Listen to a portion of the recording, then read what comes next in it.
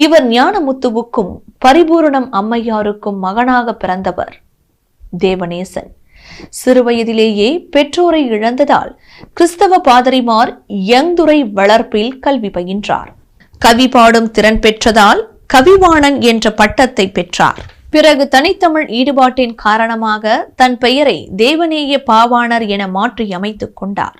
அடிப்படையில் ஆசிரியரான இவர் தான் பணியாற்றிய இடங்களில் எல்லாம் மொழியின் மீது பற்று கொண்ட மாணவர்களை உருவாக்கினார். பாவணர் பரம்பரை என்று அடையாளப்படுத்தும் அளவுக்கு அவரின் மாணவர்கள் திறம் கொண்டு விளங்கினர்.